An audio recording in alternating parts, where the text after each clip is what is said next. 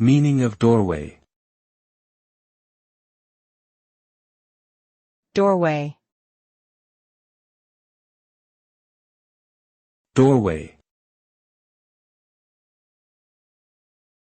Doorway. Doorway. A doorway is an opening in a wall that people use to enter or exit a room, building, or other structure.